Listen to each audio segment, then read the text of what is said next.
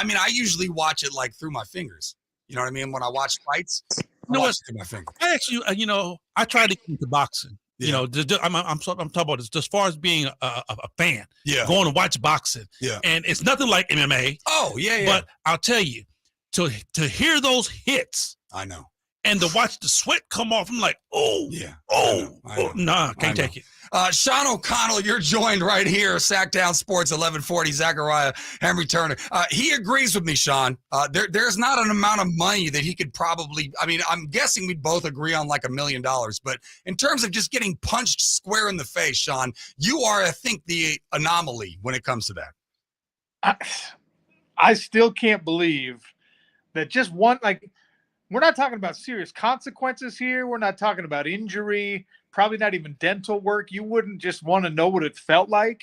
No. To actually have someone give you a nice shot to the jaw. It's no. I tell you what, I have now. I have taken a serious elbow to the chin.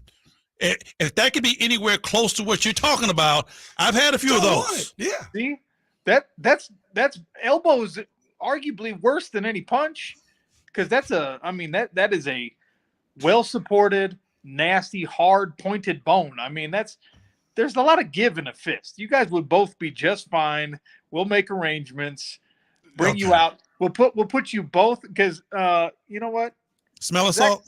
Zachariah is tall, but he probably has no power. You look like you got some power. Henry's taller than me. Okay, so we'll glove you both up.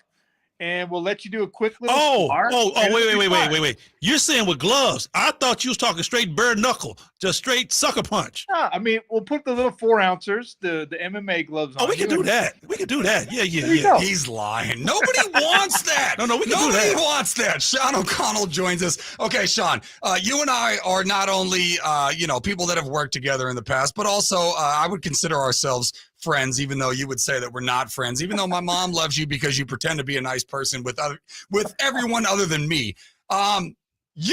You really depressed me when it came to the state of Pac-12 sports. And you pretty much everything that you said that was going to go disastrously, I think did. You said that unless they come with a TV deal that's going to tickle their pickle, the Apple Network or whatever. But like, where are we at with the Pac-12 and you having a show for the Pac-12? How are you feeling about the state of Pac-12 sports? Well, let me tell you something.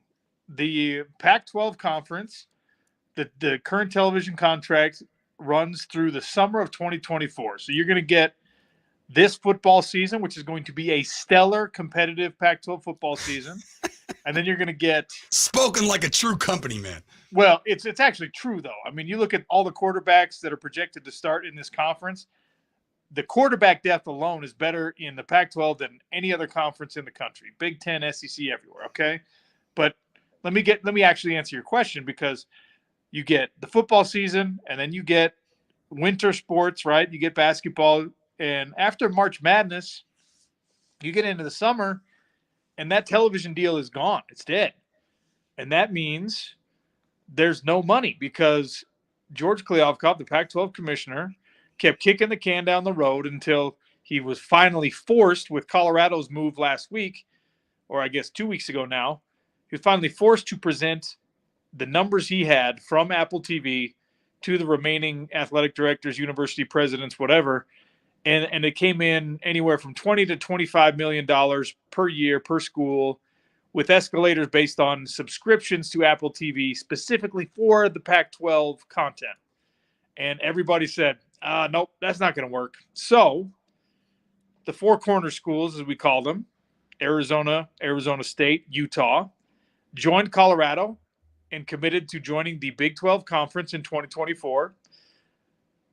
Oregon and Washington are joining the Big Ten like USC and UCLA did at a discount, okay? They're going in for roughly $32 million a year per school, while their counterparts in the Big Ten are going to be making about 60. So they're getting a bargain. They're getting a bargain on the Ducks and the Huskies.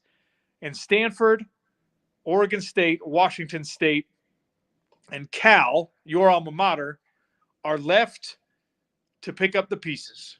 You currently, for 2024, as it stands now, have a Pac-4, Zachariah. Not a Pac-8, not a Pac-6 even, which is the minimum for an athletic association to be actually called an athletic conference, it's nothing. And now everyone's scrambling for a lifeboat of their own. It's terrible. The Pac-12, which goes all the way to the glory of the Pac-10, all the way back to the glory of the Pac-8, some of the most historic, wonderful rivalries. I mean, we're talking Jackie Robinson, Jackie Joyner-Kersee, Kareem Abdul-Jabbar, the personalities that came through just one school in the Pac-10, Pac-12 conference. This conference is dead after 108 years. So, yeah, I depressed you because I told you what was actually going to happen. And you're going to ask me, does money count? Me and Zach been arguing over this as far as on the business side all day. And I keep telling him, from a business perspective, teams are going to make these moves, make those deals, because it's different when you go from being a fan to being a business partner and an owner of these certain situations. The money rules the world. Mm-hmm. And that's exactly what happened, right? Fox wanted to box ESPN out of the West Coast. So Fox went and they stole the two biggest brands on the West Coast, USC in football, UCLA in basketball. Fox stole them, all the while thinking, you know what? We could probably at some point get Washington and Oregon as well. So now Fox, with their Big Ten deal, has control of the four biggest college sports brand on the West Coast, in addition to Ohio State, Michigan, Penn State, etc. So ESPN no longer has a real prominent player in West Coast college athletics. This is all a money play. You are dead right. All the historic rivalries that go away because of conference realignment, all of that is the cash arms race coming to fruition and taking away from the tradition of college sports. But we asked for it over and over. We kept saying, I want my team to win. I want my coach to make $10 million. I want my athletes to make $1 million a year. That's where we're at. And part of the consequence is these universities are chasing every dime they can at the expense of an entire conference. Henry Turner, the high flyer, and Zachariah right here, Sactown Sports 1140, joined by Sean O'Connell on Twitter at RealOCSports, self-proclaimed SiriusXM host for the Pac-12, or Pac-4, or Pac whatever it might be, PFL play-by-play announcer. He's the Joe Tessitore of Professional Fighting League, in case you want to catch him at like 3 a.m. or whatever, which I often do. He joins us here. Sean, I never call you Sean. I don't know why I just did that. But Sean, just talk to me money-wise. Does it not make sense that it's called the Power Five for a reason? So before I ask you about the Jake Paul fight and Nate Diaz, because I want to talk to you about that, how money-wise does this not make sense for there to be the ACC, the SEC, and how money-wise was it not worked out? Was it just an incompetent commissioner that came with a bad TV deal? Why money-wise would not everybody want this to work? Well, it goes back not to just this commissioner. It goes back to the previous commissioner, Larry Scott, who was as bad at his job in leadership as any human being has ever been at any leadership job on planet Earth. Damn. And it comes down to the university presidents in the Pac-12 conference who had this sort of aloof nature when it came to athletics and said, no, what matters is our research dollars. What matters is our academic reputations.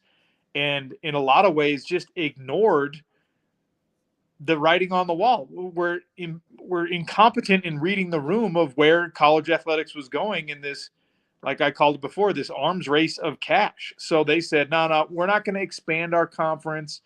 We're going to just make sure that we are academically aligned, that everyone who's invited to the Pac-12 conference is an AAU research institution, is somebody they weren't worried about brand size, market size, dollars, anything. They just wanted everyone. Oh, see, was that blind bravado? Absolutely, it was. And, there was some, I think, nefarious manipulation of the situation because the USC president, Carol Folt at the time, while expansion was being proposed in the Pac-12 conference, she was already eyeing the exit to the Big Ten. So she is the one, in a lot of ways, that shot down potential expansion of the Pac-12 conference. There was an opportunity, I'm sure you guys know this, when Texas and Oklahoma announced they were going to the SEC, the Big 12 was scrambling. Some, TCU, Baylor, Oklahoma State, Kansas, some of these schools were like, man, what can we do? Where can we go? And the Pac-12 was the logical landing place. And the USC president said, no, we don't want to expand right now. And you got to keep USC happy. So everyone put it on a shelf. And then a few months later, USC and UCLA announced that they were leaving and undercut the entire Pac-12 conference. So it should have made sense for the Pac-12 to not only stay together, but to expand to 16 teams or to 20 teams eventually and create a bastion of athletic power from the Mississippi River west. But several missteps along the way have led to the scenario that we are in, where there will not be a Pac-12 conference after 2023-2024 basketball season. Wow. All right, you have 20 seconds as the only professional fighter on the air right now. Jake Paul, go. Look, love him or hate him, the dude puts in the work, and he chooses the right opponents for very winnable boxing matches, and he creates appointment viewing and big-time pay-per-view and all that kind of stuff, and now he's willing to do it in mixed martial arts. The rematch will happen in the PFL Smart Cage. I will be there announcing the whole thing. Diaz, Jake Paul in the rematch in MMA. This dude, Jake Paul, really is different. Are you breaking news? Diaz is going to fight Paul, but they're going to do it MMA style? They talked about it in the ring post-fight from the Jake Paul Nate Diaz fight. They said, let's do it in MMA, and Jake Paul has already signed with the PFL.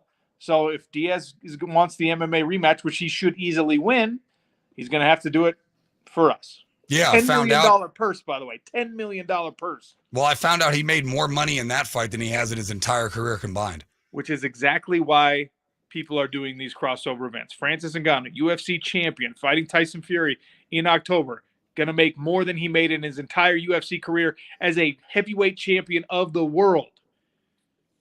Sean O'Connell on Twitter at Real OC Sports. Hopefully you're not part of the cutting down when they go from Pac a billion to Pac 2.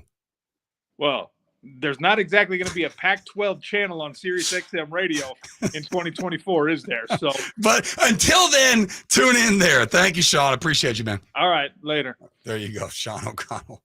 I told you, man. It's all about the almighty dollar, I know, bro. but is it really that disgusting? Can we ever get to a point where it's not that disgusting? It's all about, you know what? And I'm not going to say all about the dollar. I would just say evolution. Nobody still has an iPhone 1. But the evolution is following the money. But I'm saying nobody has an iPhone 1 anymore. All right. It evolves, bro, and it keeps evolving. You got to roll with the times. All right, let's talk some football. We will do that with Lorenzo Alexander. He's coming up next. Henry Turner, Zachariah, Sactown Sports, 1140. It's Whitey and Watkins on Sactown Sports.